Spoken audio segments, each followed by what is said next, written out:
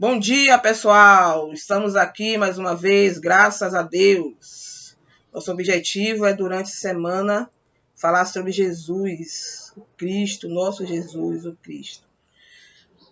Bom, hoje eu quero falar sobre o ministério dele, no sentido dele como rabino, como mestre. Hoje em dia, um homem, para se tornar rabino, ele estuda durante 10 anos para ter a formação de um rabino, de um mestre, de um professor.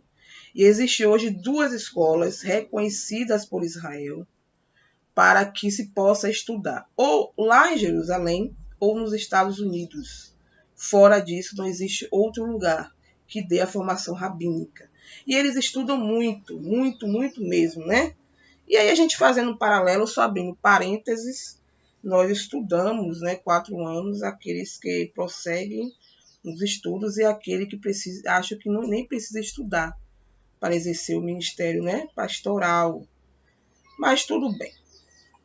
Bom, Jesus, como rabino, Jesus foi um menino, uma criança que estudou, sim, ele estudou. Os meninos de Israel, aos 6 anos, eles iam para a escola estudar, estudava a Torá, que era a lei de Moisés, os 5 livros, de Gênesis até o Deuteronômio, desculpa.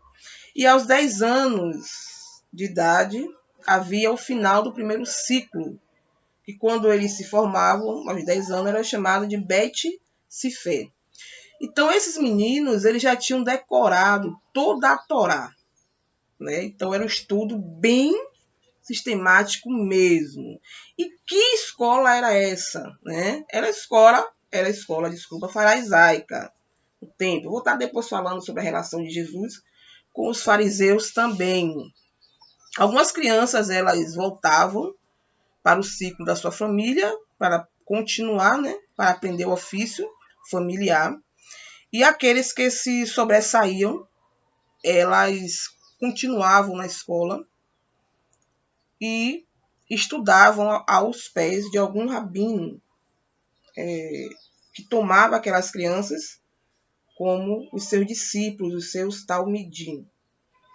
Bom, eu não posso aqui dizer com toda certeza, pelo menos durante esse tempo que estou aqui falando, se houve algum apadrinhamento de algum rabino para Jesus. De uma coisa eu sei, existiam 2 rabinos naquela época, que eram os mais conceituosos, os mais famosos, que eram Hillel e Shammai.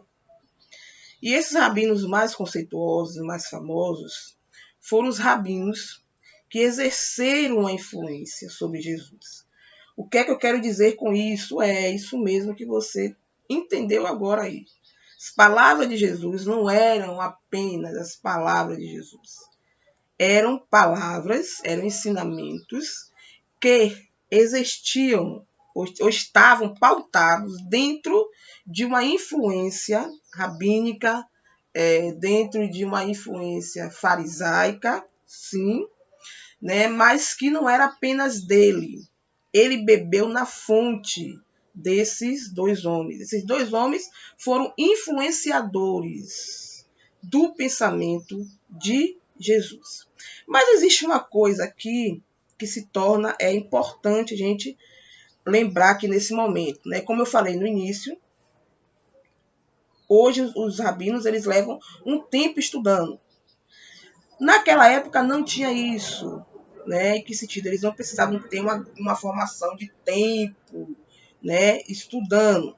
O que é que acontece com Jesus? Porque Jesus também era conhecido como rabino.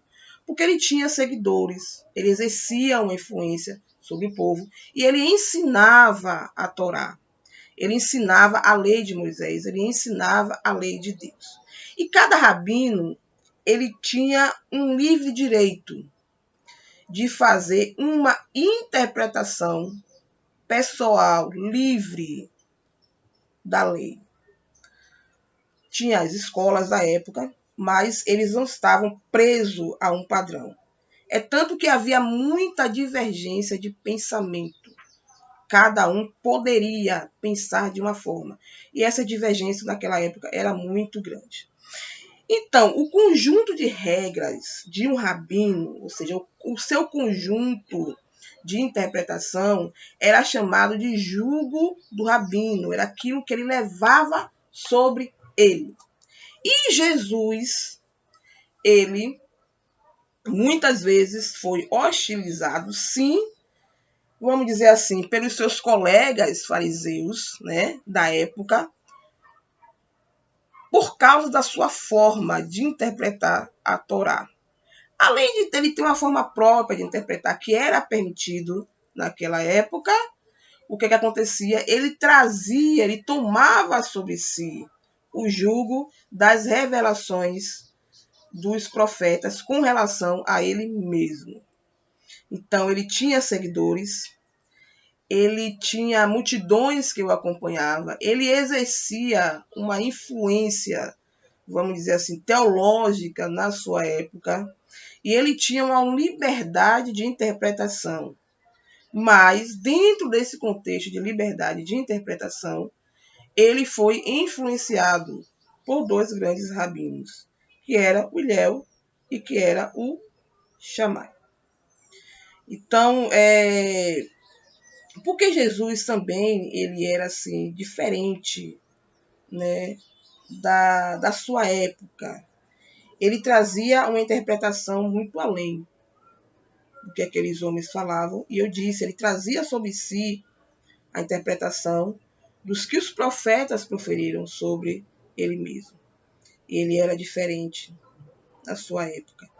Os rabinos, eles colocavam peso sobre os ombros, né, da população de Israel, ao ponto de os fariseus eles pegarem, né, os 10 mandamentos e transformarem em 613 mandamentos.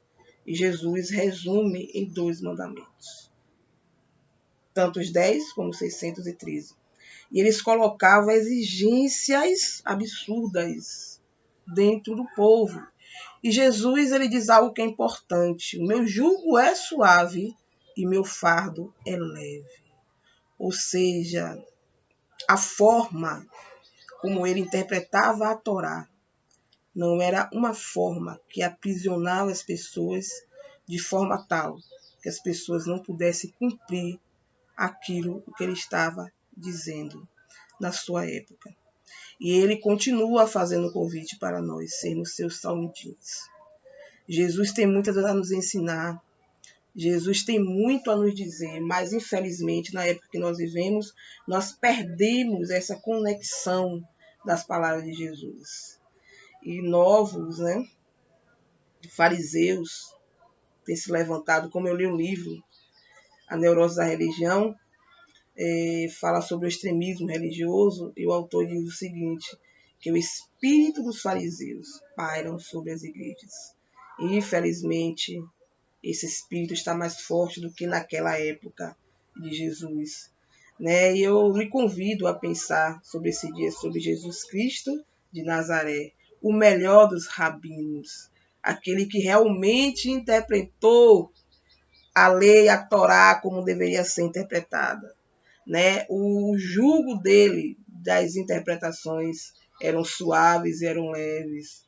Ele deu, né, autonomia das pessoas de poderem cumprir aquilo o que ele estava a dizer para elas. Deus abençoe, tenha uma boa semana e um bom dia.